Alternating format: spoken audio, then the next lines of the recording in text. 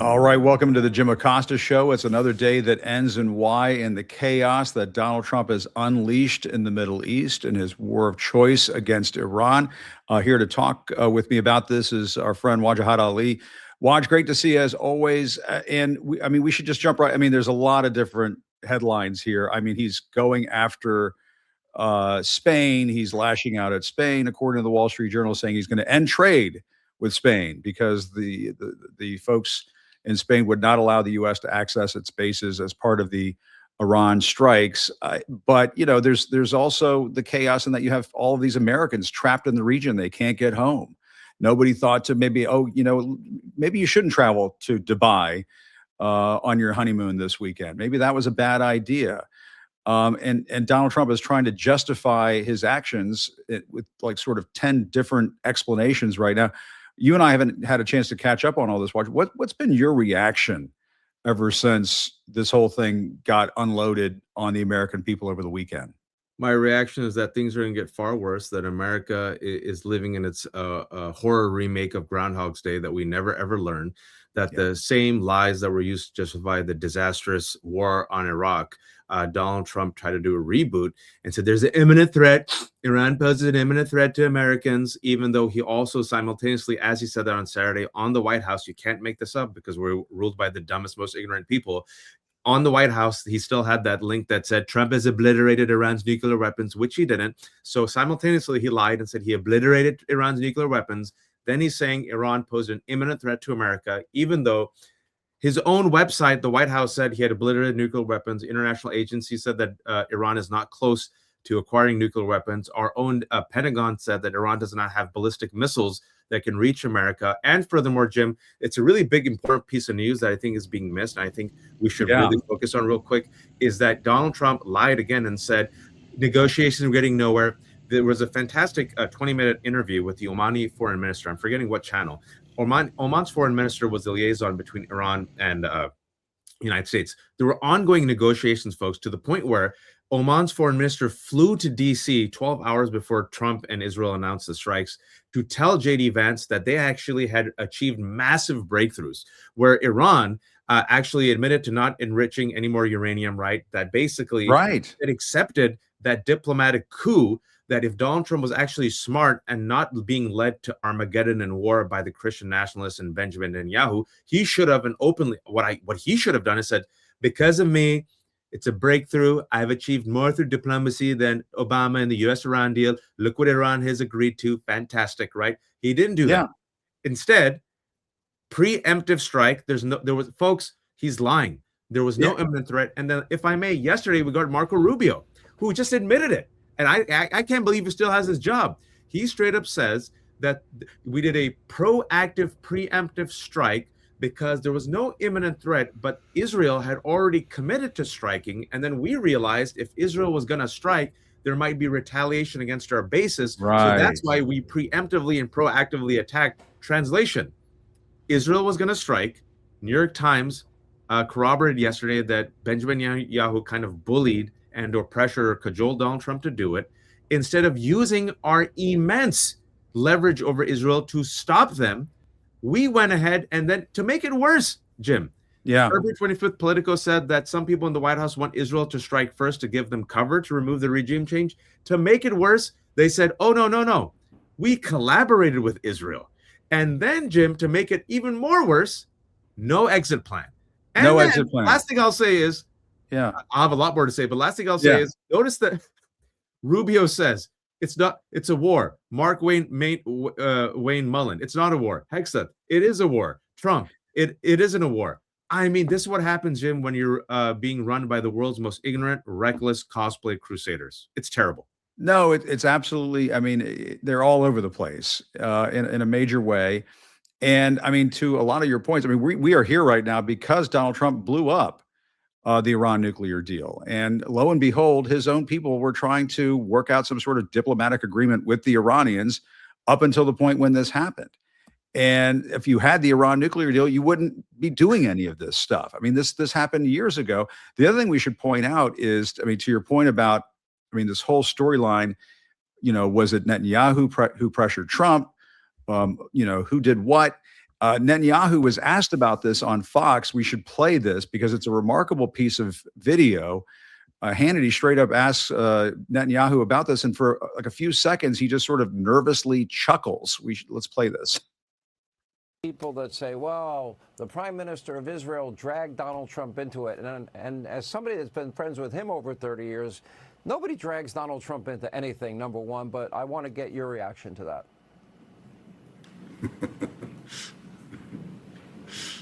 Well, you're right. I mean, that's ridiculous. Donald Trump is the strongest leader in the world. Okay, so that was not a vehement denial. That was not what we would call a full-throated denial there from Bibi Netanyahu.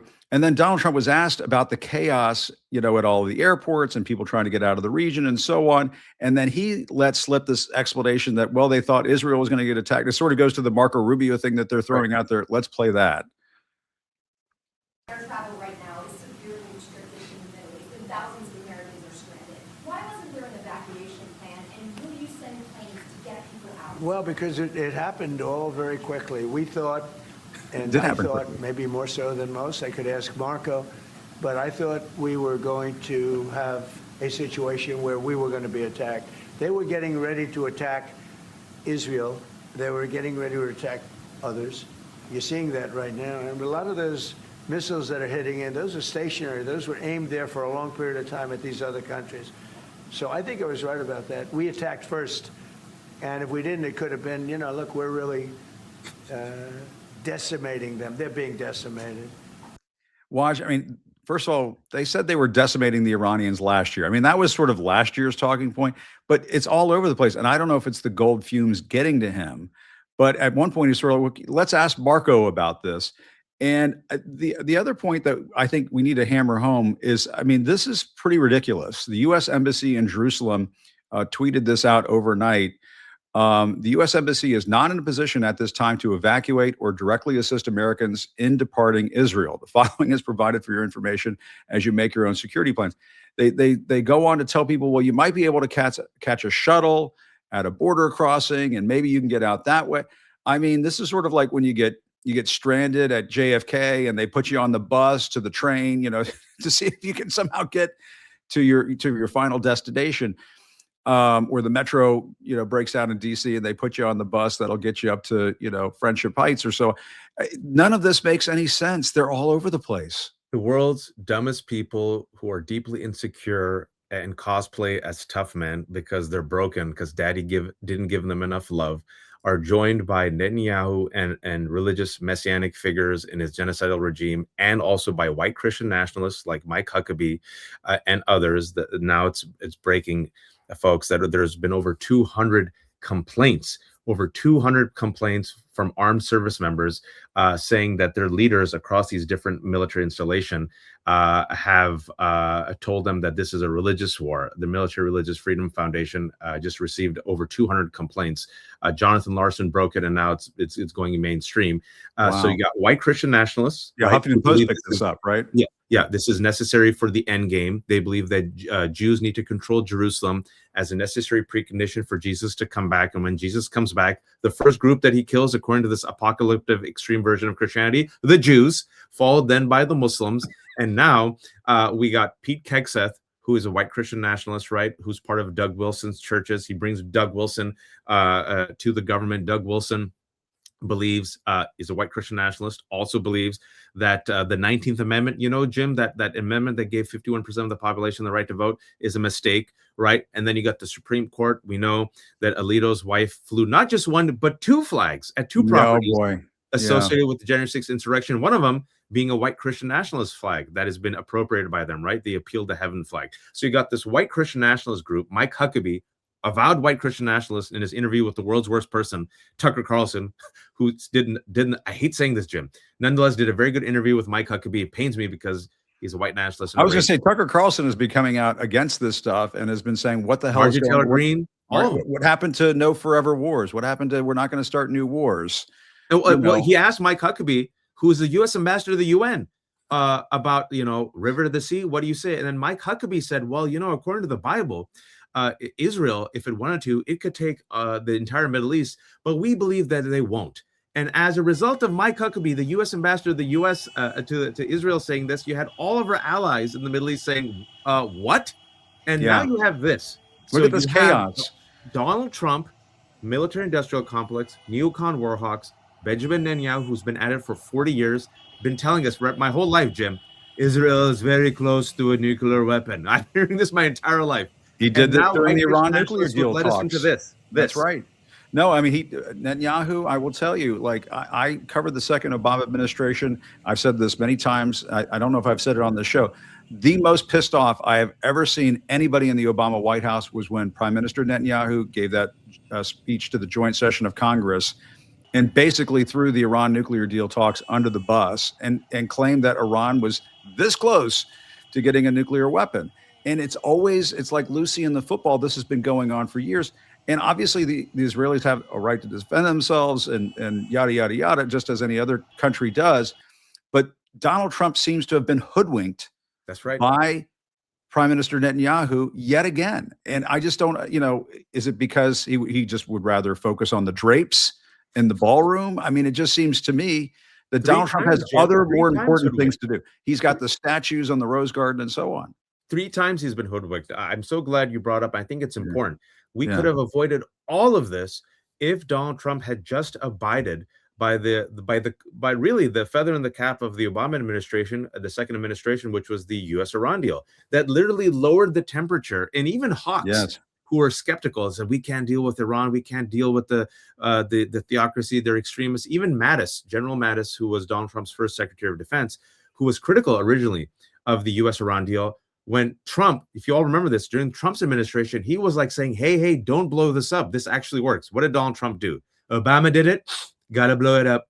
Yeah, blows it up. Why does he blow it up? People take the DeLorean back 10 years.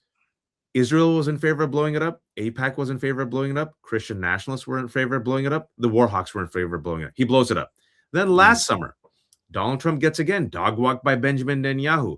Maybe Netanyahu gives him compliments, whispers in his ear. If you notice, Netanyahu did the same thing yesterday during the Sean Hannity interview. The best president, the strongest president. He does this the whole time. Yeah. Putin does this also, right? People know you flatter him.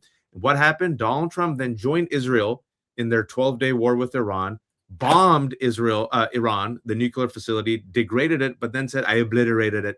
And then joins Israel in this disastrous war without any exit strategy. And going back to our point, Jim, it's a war. It's not a war. It's a regime change. It's not a regime change. Now, as of 2 hours ago, the White House has released objectives for Operation Epic Fury. It's called White House Operation Epic Fury. Regime change is no longer a specific goal as of 2 hours ago. And then when he was asked about it, I guess the worst case regime change is tough. I mean, we saw what happened with Iraq. I covered the Iraq war. You take out Saddam Hussein, that doesn't necessarily make things, peace and harmony and all of that in the Middle East. It makes it worse, right? It totally blew the lid off of stability in the Middle East. Ironically, it emboldened Iran, put Iran in the position where it became more of a grave threat, more of a nuclear threat to the U.S. and our allies. And it's just one of those things. You take out the Ayatollah. You say, oh, we got the Ayatollah. It works on a bumper sticker for the MAGA crowd. But then what happens after that? What happens when you unleash that kind of instability in the region? We're finding that out right now. I mean, can you imagine the Americans who took their wife on a honeymoon to Dubai last weekend, and now they're just stranded? I have family right now. As we're speaking, I have family that literally is in Saudi Arabia to do the Umrah. Umrah is a pilgrimage, minor Hajj in Saudi Arabia. I have friends in Dubai, right? So Iran is now retaliating. And the reason why Iran is responding this way, folks, is if you've been following what we've been saying so far, Iran came to the table. None of us are a fan of the Iranian regime, a brutal regime, oppressive regime. They've killed at least up to maybe 15,000 protesters have come out on the streets, right? Okay. Horrible. Two things can be true at the same time. Saddam Hussein is terrible, but the manner in which you remove him could make things worse. We saw that in Iraq. Now we're seeing it in Iran. Donald Trump said, okay, Iranian people, time for regime change. How? There's no ground troops. if anything, it's going to consolidate the Islamic Republic to be even more hardcore. The Revolutionary Guard are still in place. There's now a succession plan. You kill the Ayatollah, they're going to get a new one, right? Right. And for Iran, Jim, think about it. Iran says, we came to the table. We were in good faith. We dealt with Obama. Things were good. You blew it up. We came in good faith again. We tried our best. And you then freaking joined Israel to blow us up. So every 6 months, no matter what we do, now we see this as an existential threat. And I think this is very important for your viewers, for those who don't understand how, this works. About 85% of the Muslims are Sunni. I'm Sunni. 15% are Shia. Iran is Shia. The Islamic Revolution is a Shia guardianship of the clerics. So for many Shias around the world, when you assassinate and kill the Ayatollah, the supreme leader, it's not just a political leader. For them, and this is a crude analogy, but still works, it's like imagine killing the Pope. It's their religious leader, right? Yes. So I have friends who are Shia who are like, I disagree with Iran's politics, but nonetheless, we rely upon these religious clerics for guidance in life. So what I said on Saturday, because my family's from Pakistan, there are a lot of Shias in Pakistan. There are a lot of Shias in Bahrain, in Lebanon. There's a lot of Shias in Iraq. What happens if this gets framed as a religious war and it's Israel and the United States doing a reboot of what we heard, remember, in Iraq War, Crusade, and you're seeing it. Pakistani Shias attacked the U.S. consulate and over 22 people died. And that's just in one day. Imagine if this just gets some extremist groups come and say, look, it's the Crusade. They hate us. Jim. I know. Why bring back, what we all dealt with during the 2000s, which was an age of a threat, a global threat of extremism and terrorism that can just really, take the world down a dark path. Another thing that we should really get into, I don't want to miss out on talking about this because I think is one of the most important things that happened all day was to see the Secretary of Homeland Security, Kristi Noem, get grilled at a Senate hearing. It happened earlier today. They asked her about everything. And I think maybe the most stunning moment, there were a lot of stunning moments, but the most stunning moment was when Senator Sheldon Whitehouse, friend of the program, a Democrat from Rhode Island, busted out some photographs of a certain piece of aircraft that the DHS has been using lately. Steve Schmidt has been on this show and has referred to it as Air Fuck One. For the younger viewers who are listening, earmuffs. But this is let's see how this played out and talk about it. Could you explain this?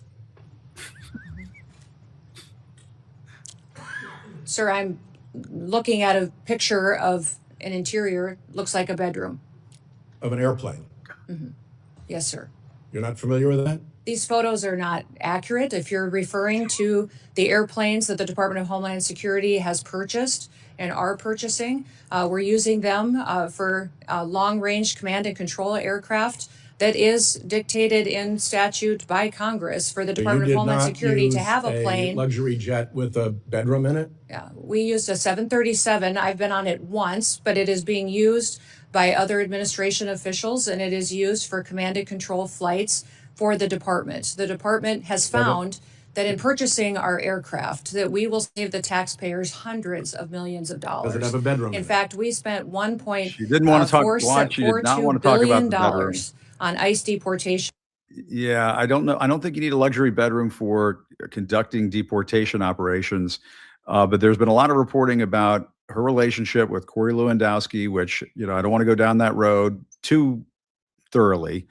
Allegedly, they are using taxpayer dollars to. Yeah.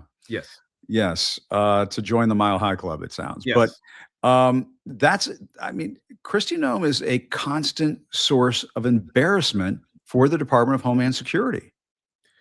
3 days ago, Axios reported that Homeland Security Secretary Kristi Noem was planning to use border funds for almost $300 million luxury jet fleet.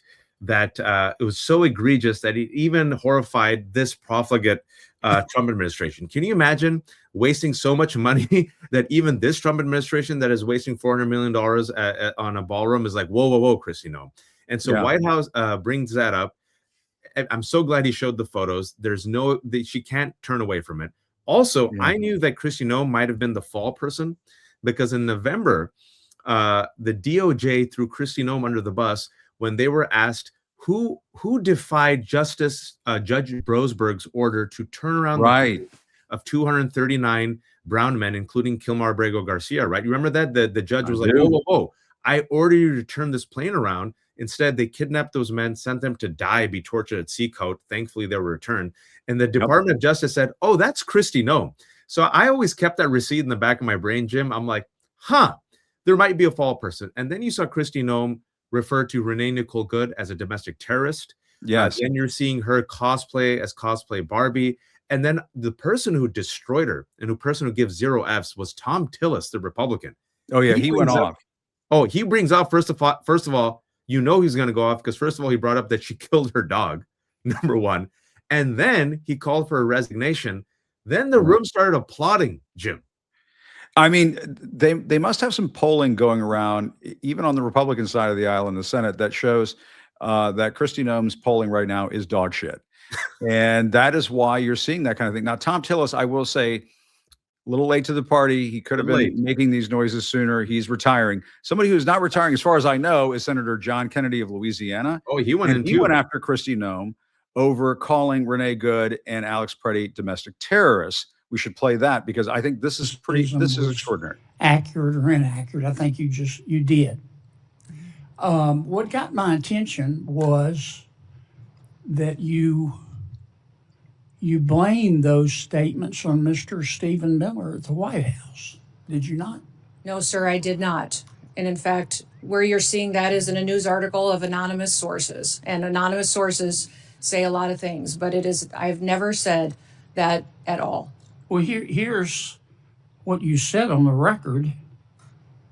I'm going to read your words. Quote, everything I've done at the direction of the president and Stephen. Sir, where did you see me say that at? You read that in a news article with no sources affiliated to it. You said it on the record on January 27th of 2026. Did I read your words accurate?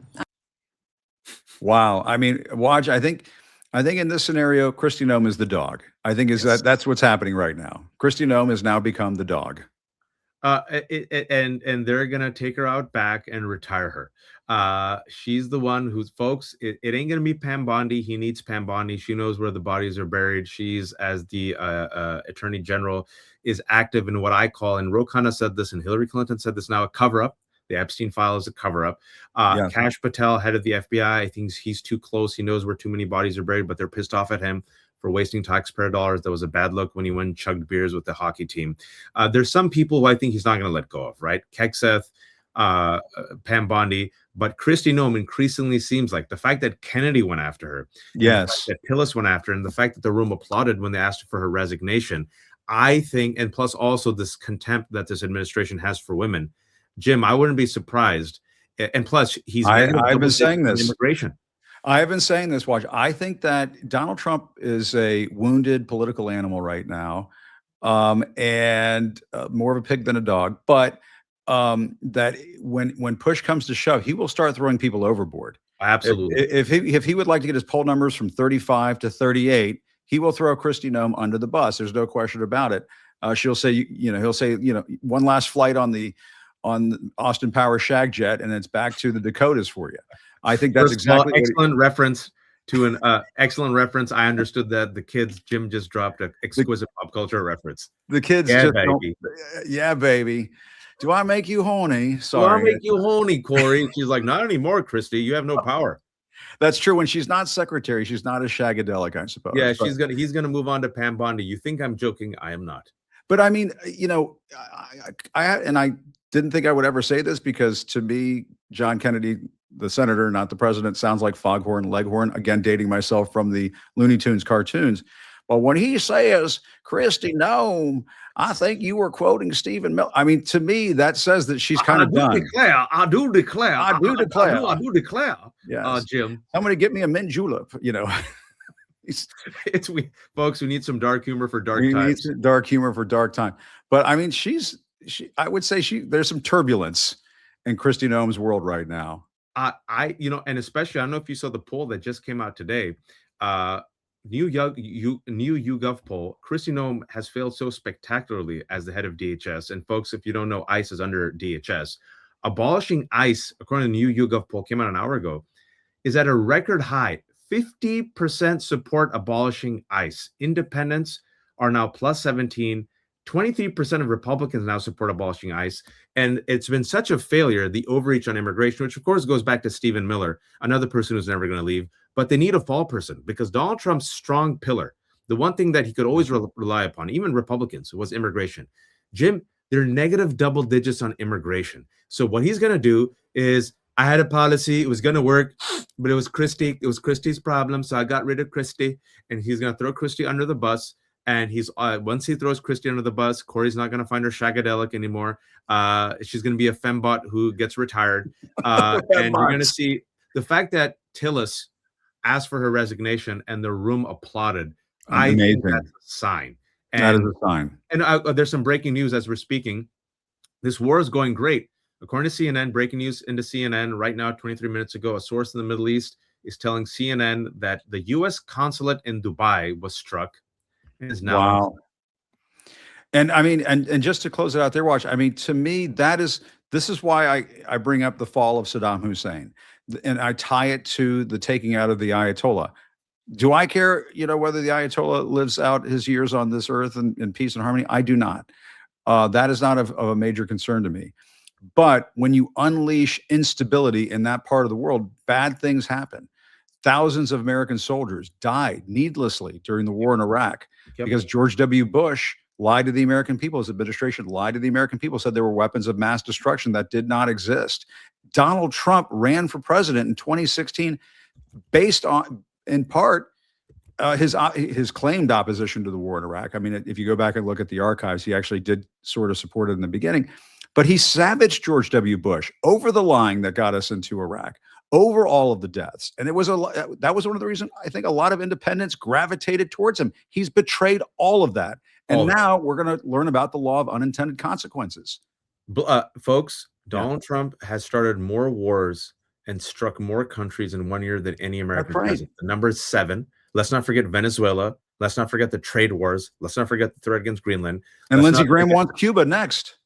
That's where I was going to go. Now, openly, according to reporting, Lindsey Graham is saying it, and we found out from the New York Times, he thinks he's on a roll, so he's going to go for Cuba.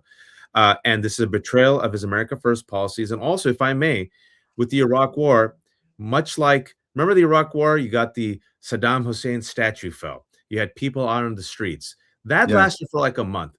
Over here, it only lasted for a day because unlike with Iraq, we have no ground troops. Unlike with Iraq, we don't have a coalition that supports us. There's no support. Remember, George W. Bush had like 80-90% support. There's no support like that. The majority of Americans are against this. And now, openly, as of today, Donald Trump has said there's no real evacuation plan. When he was asked about it today, he said, well, things happen so quickly. Furthermore, now they've gotten rid of the whole regime change. That was one of the excuses. Hey, Iranian people rise up. Now they've completely backed off from that. So what you have is Iran, which believes now it's an existential crisis, saying, okay, 93 million people in that country. I bring that up, 93 million. So you don't have to like, but what Iran is saying is, okay, we saw that this is an existential threat. You're going to keep doing this. So what Iran is doing now, folks, to understand what Iran is doing, it's not suicidal, but this Iranian regime is willing to sacrifice its own people. It's going to gouge. It's going to gouge. Because they're counting on the lack of appetite that Americans have to die and suffer for this war. So they're attacking our military bases. You know this, Jim. We have a military base in Qatar, in Kuwait. We have a military base in Bahrain. We have consulates everywhere. All of it's being attacked. What we know as of now, at least 6 Americans have died. We know now Jerusalem is getting attacked. Now we know the Strait of Hormuz, they've tightened that up. So fill up your gas tanks, folks. And like I said before, if you don't know, there's many Shia around the world who saw the assassination of the Ayatollah. So what happens if they get riled up, Jim? That's how exactly do you stop right. this? I don't know how we stop this.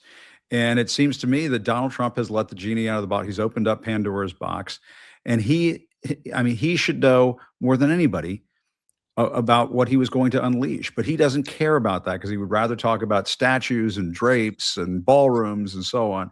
But Waj, great conversation as always. Really appreciate it. Good to talk. We could go on and on like this. Yeah, we could, but that won't do was anytime we can tie in Austin Powers to the humiliation of Kristi Noem, I think is a good day. Groovy, baby, groovy. Good to see you, Waj. Thanks so much. Really appreciate it.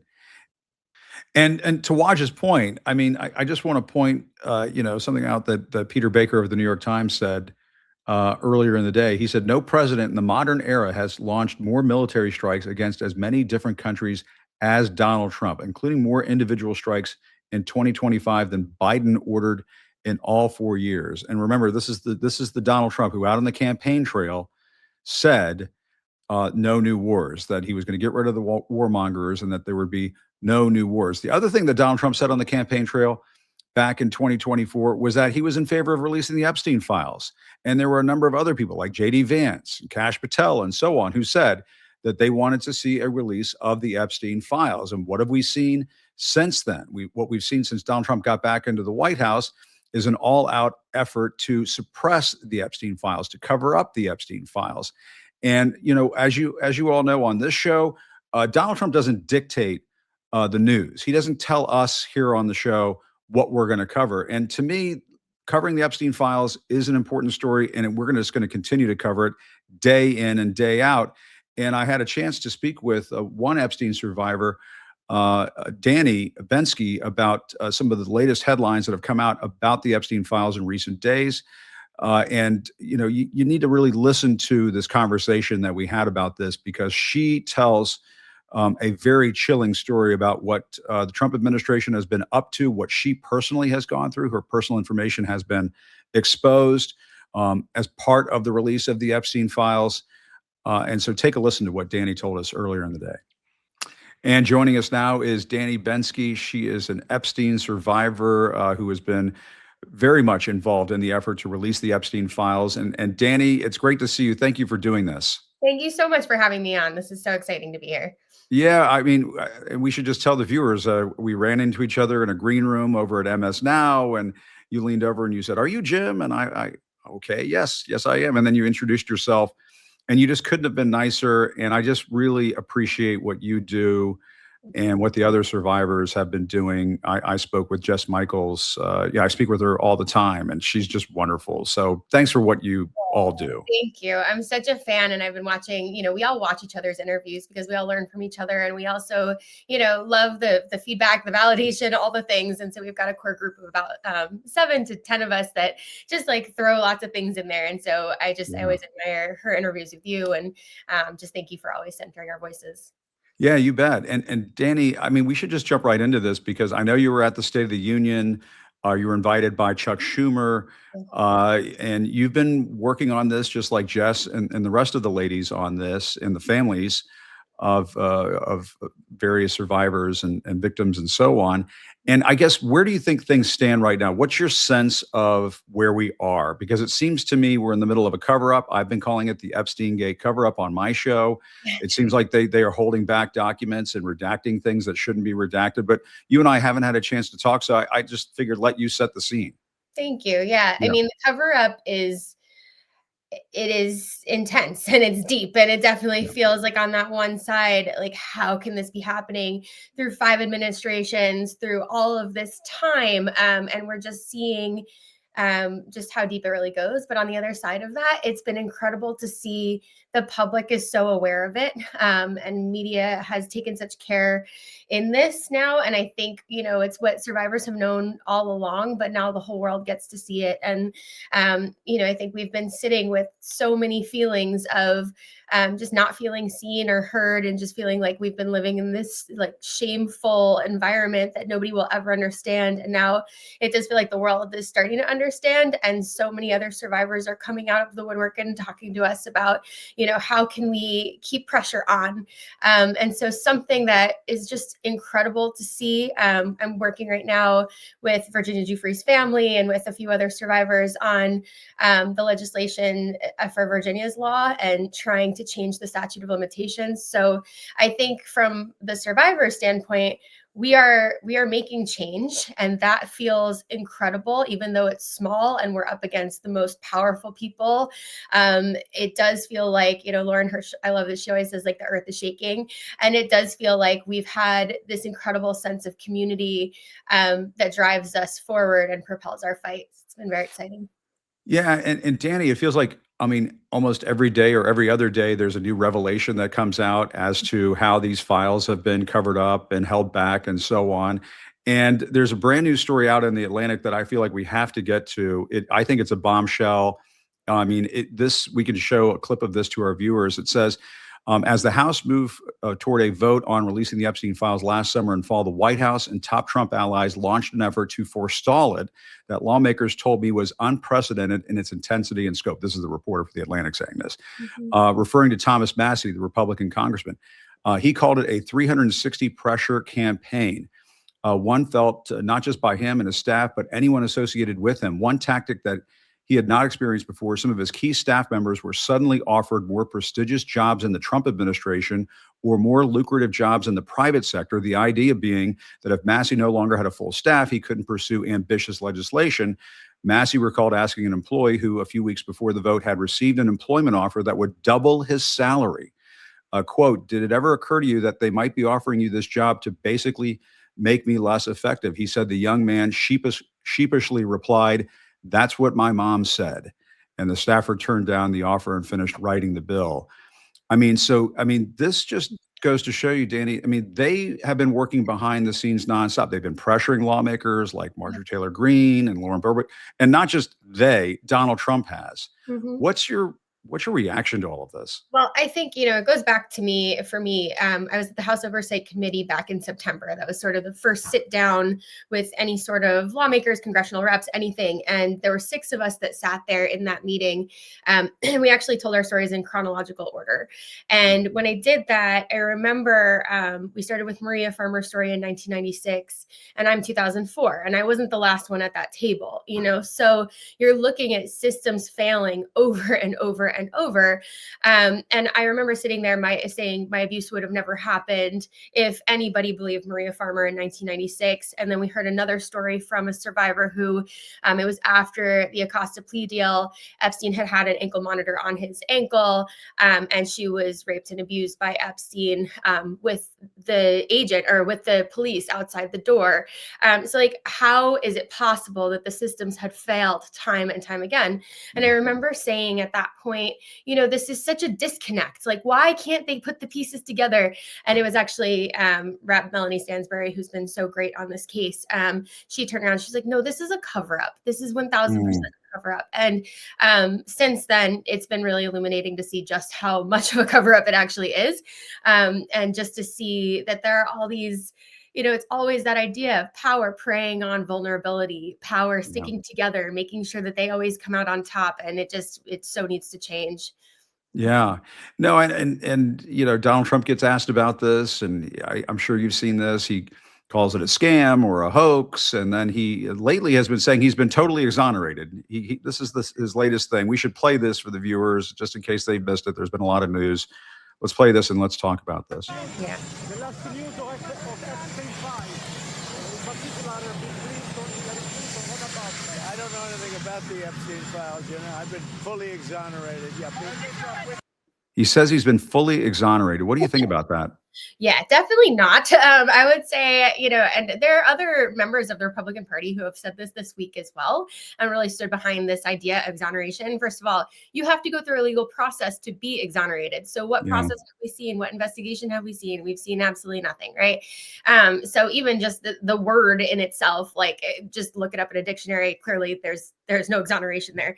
But also, I don't know, there was, I believe it was Rep. Luna who had said that she had spoken to survivors, and that survivors, like, nobody is raising their hand in these group settings where they'll say to everybody, is Donald Trump implicated, or have you ever personally had experience with Trump?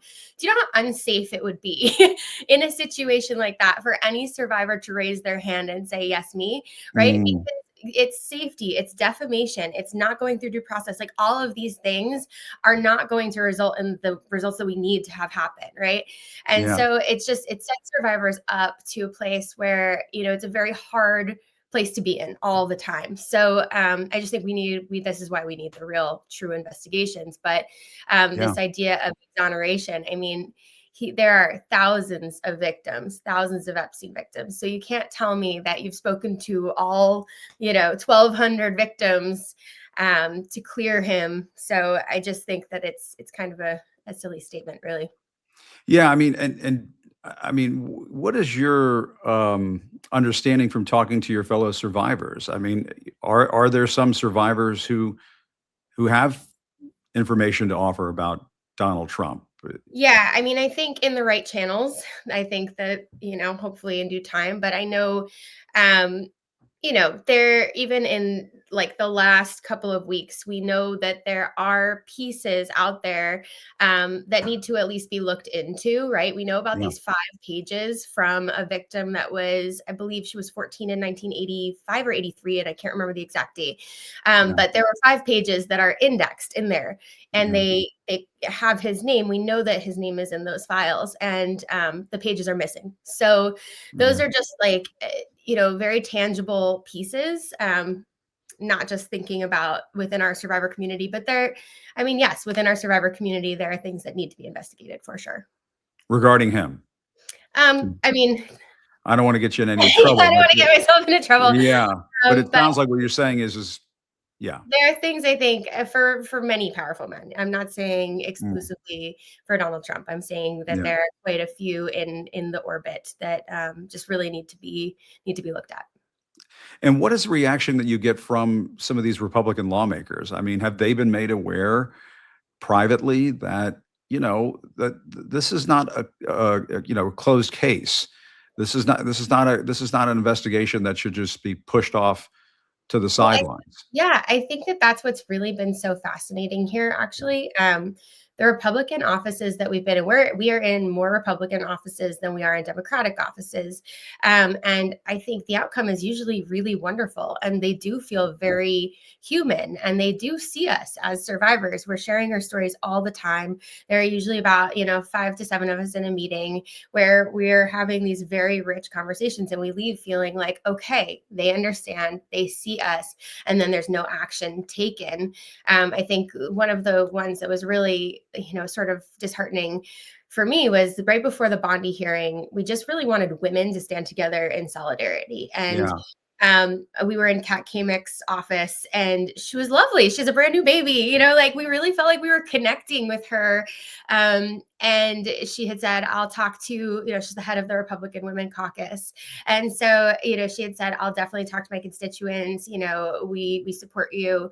And then come day of where we're at this press conference, and it's literally just Nancy Mace is the only Republican woman that's there. And so it's hard because here we are, we are not politicians, and we've said it so many times. We've said it's not partisan. Like, I feel like everybody's so tired of hearing that from us, that like, it's a human story, but at some point, like, everybody hears that, but we need to show that we don't want to be called a Democratic hoax. We want to be people. We want to be, survivors who have been through horrible things that want to come out the other side, so I'm not really sure what it'll take to help the Republicans see that and really understand that we're really not in this for any other reason other than just making it a better future.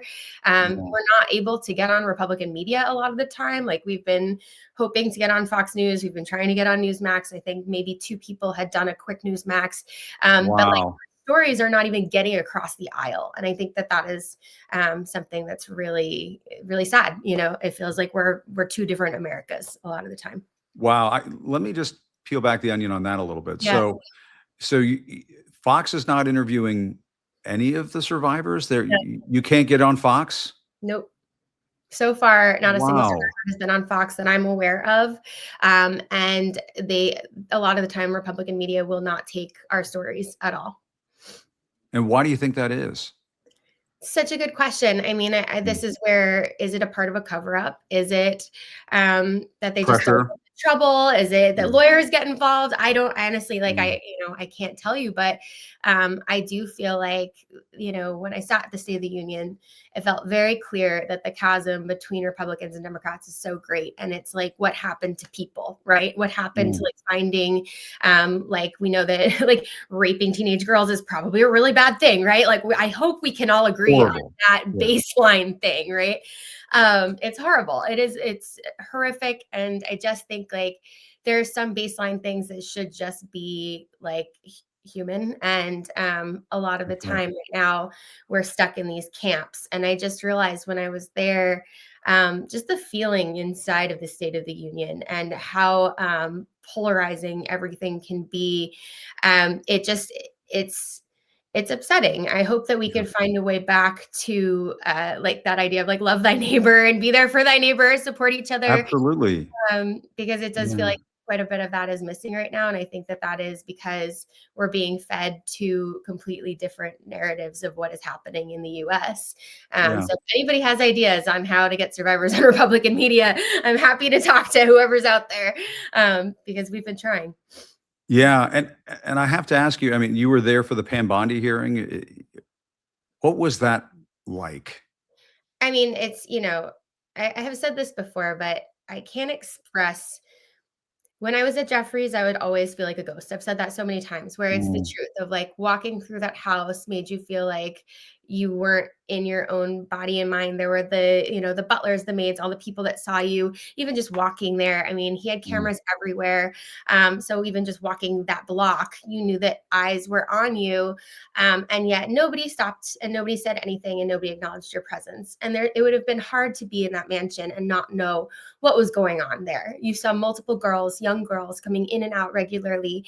And so I think in a lot of ways, I felt so the shame was always so great while I was there. And I think that all of that feeling from like never feeling like enough, always feeling like, his manipulations were so great. All of those feelings resurfaced when she wouldn't turn around and even acknowledge a survivor's presence. Like it just felt like all of the work we've been doing, it's hard. I'm almost 40 now. And I'm like, I can still feel this way. Like, how is that possible? I felt this at 17. Like, I don't understand. So it made the feelings of being a victim come back. Yes. Oh, yes. I mean, and there were survivors in tears, shaking. I mean, because it's just a simple act of acknowledging a presence, right? Saying, I see you, you're here. And that's all, a lot of the time, that's all survivors need. I know Jess, has done a lot in the like trauma-informed spaces and about brain mapping and neuro waves and all of that. And she always says like, what a survivor needs when they come forward is just space.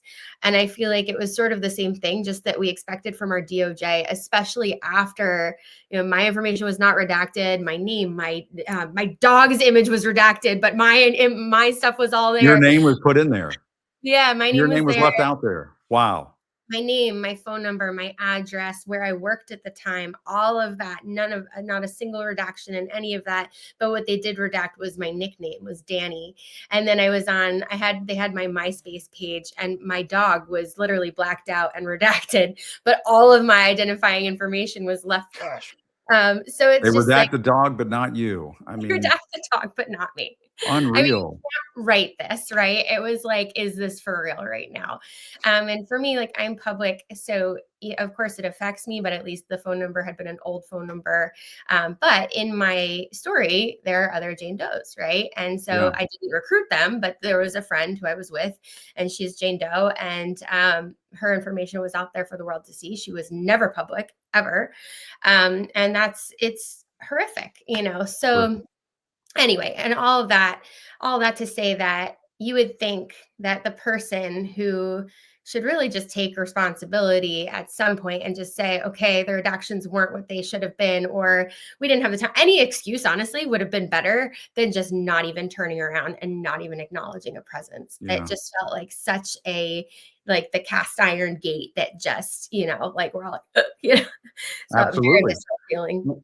Well, and I have to ask you, I mean, not to keep going back to the person who is in the White House right now, but I'm sure you saw Bill Clinton and Hillary Clinton were testifying before the Oversight Committee, and they released the deposition of Hillary Clinton, and she got into this back and forth with the Republicans on the committee and so on. And it just made, I think a lot of people certainly made me think, isn't there another president and first lady that had a lot of interactions with Jeffrey Epstein, and weren't they around each other a lot, and Ghislaine Maxwell, and weren't they kind of a crew there for a while? How is it that Donald Trump, and I mean, I'm sorry, the first lady, I know people treat her with kid gloves. Why isn't the first lady in there testifying, talking about what she knows? Does that thought cross your mind as just All the something time. logical to do? I mean, all the time, Yeah. anybody in their orbit should be questioned, right? And so they Yeah. made this whole big stink about putting the Clintons in, which I agree, they should testify. They should talk about whatever they Sure. know. But like, why is Hillary Clinton in there when Melania's not? But also, like, I think about Leslie Groff. Leslie Groff has never been questioned. She was Jeffrey Epstein's assistant for years. She was who I would talk to, who would schedule me to come to the mansion.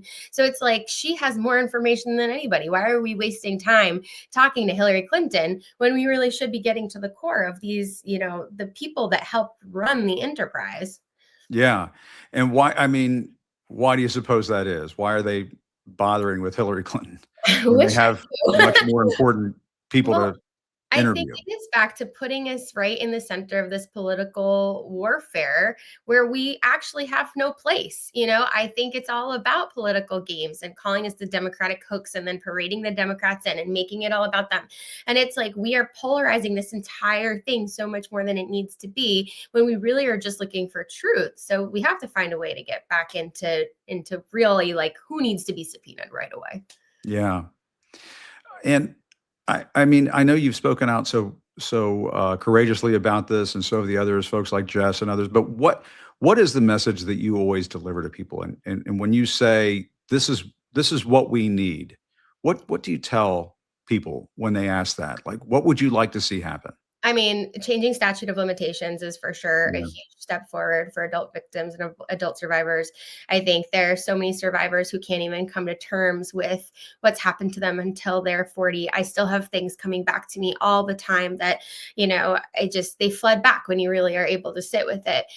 So I think that is a big step forward. But I think also changing it for our kids. I mean, that is my entry point into this. I was a dance teacher for many years. I still am choreographer. I teach 17 to 19-year-old kids all the time, and listening to them talk and just knowing that like we need to make the world a much safer place for them, especially in the dance community. I think a lot of the time we fall prey to grooming tactics a little bit easier because Wow. we're always told like where your body needs to go and what you need to look like. And so we just always fall into line with that. And it was a very open door for Jeffrey when I met him, because I had always, wanted to seek perfection so desperately.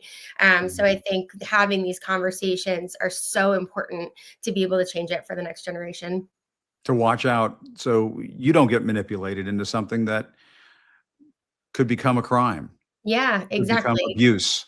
I mean, Yeah. I was recruited in the bathroom by, I was at a club that I was not supposed to be at. I was young, but I needed to blow off steam from being a ballerina. I had a very serious stage mom backstory, but I remember I was in the bathroom with, she was kind of like a friend of a friend. I did know who she was, Yeah. but she was the one who came to a friend of mine and I and said, you could be a masseuse, massage therapist, the body, your dancer, all that.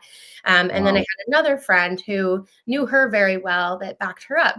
And we're talking about they're young, everybody wants to talk about the recruitment and they get upset about like co-conspirators and recruitment, right? But like nobody really knows how human trafficking works. And this is classic human trafficking. Like the two recruiters that I had, one I believe was 18, the other one was 15 years old. And 15 years old, she was just trying to survive, right? And she had a family. She was coming from a really hard situation. And so when you look at it case by case, you have to look at the human and look at how victimized that person was already and how, he often manipulated girls until he would break us down, or like see the level of how far he could break you down before he would then be able to ask for more. So I just think it's an important conversation of like knowing what the signs are for human trafficking. Yeah. It's such an important topic. And I mean, I think it's wonderful that you are at least trying to make something good out of this, taking this experience that you've had and talk to young girls about this because, as a father, as a girl dad, I mean, I think about this and I think, if anybody ever tried that with my daughter, they would no longer be on this planet. They would not be in this world anymore. Yeah. And I just, my heart just goes out to you and Jess and the rest of the survivors. They can try to wag the dog and change the subject and try to change the narrative in Washington and cover things up. I tell folks all the time, we're going to stay on it. We're going to stay on this thing until the end. That's just the way it's going to be. And I know there are a lot of other folks in our world of independent media who are going to do the same thing. So thank you for what you do, Dani. Thank Really you. appreciate your time. Keeping the pressure on is everything. And I think we are starting to see some change. So thank you very much. Thank you so much. Thank you, Dani. Great to talk to you. Really appreciate it. Thanks. What would we do without people like Dani and Jess and the Epstein survivors? And what I said there at the end, I'm just going to tell you that's exactly how I feel right now. I do feel that Donald Trump saw an opportunity in joining Bibi Netanyahu and Israel and carrying out these strikes against Iran as a way to change the subject. What was in the news late last week? What was there was a blockbuster NPR story that the New York Times and others covered that said that the Justice Department was basically scrubbing the Epstein files and removing references to Donald Trump in the Epstein files. And I will go back to this Atlantic story because to me, you can talk about, there's a lot of important news happening right now. There's a lot of chaos in the Middle East right now. All of that is extremely important. All of that we're going to cover. But this story in the Atlantic, to me, paints the picture of what has been going on with what I've been calling Epstein Gate. Last July, there weren't a lot of folks in the media hopping on this.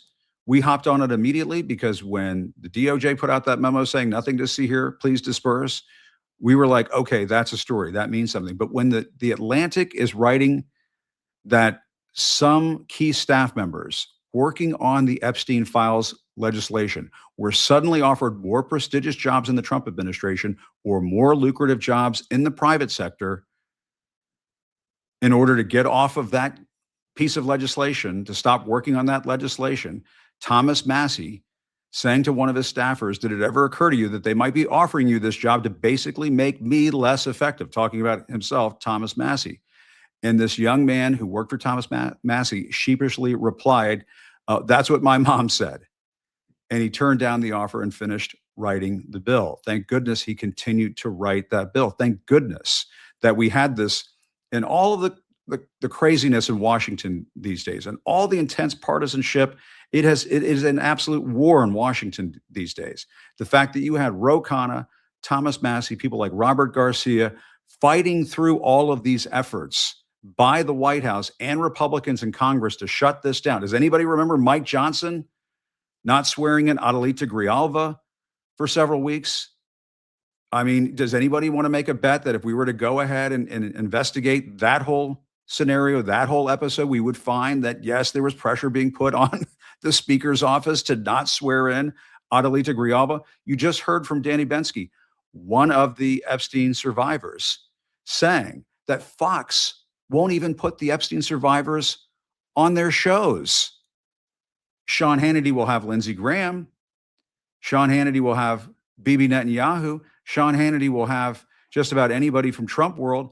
But Sean, why won't you have Epstein survivors on your show? Laura Ingraham, why won't you have Epstein survivors on your show? Jesse Waters, why won't you have Epstein survivors on your show? I'm calling you out, Fox News. I am calling you out.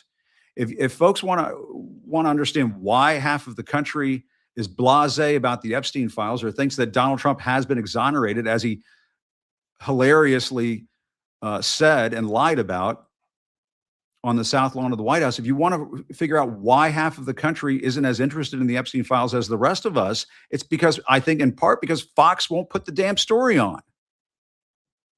And how much do you want to bet that there are emails, that there are text messages between the White House, between Donald Trump's inner circle and the people at Fox saying, do not put Epstein survivors on their shows?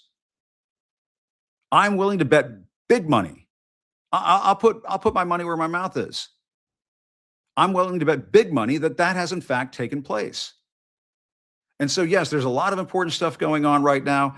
Yes, the Middle East is blowing up. Yes, the stock market is reeling. Yes, our 401ks are getting battered. Yes, the price of gas is going up.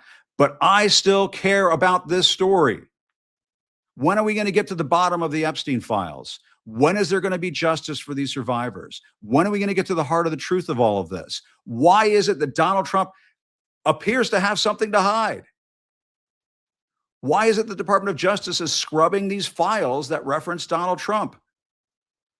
Why is the White House strong-arming lawmakers to get them to go against the legislation that made the Epstein files public? Why are they strong-arming? Why are they trying to bribe staffers on the Hill?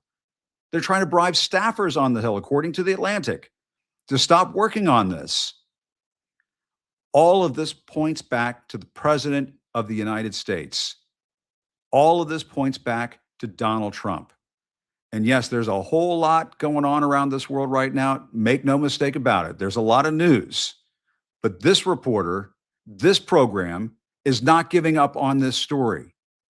You can bomb the shit out of any country you like around the world. You can keep removing dictators from whatever presidential palace they seem to be standing in at any given moment. But we're not giving up on this story, Donald Trump.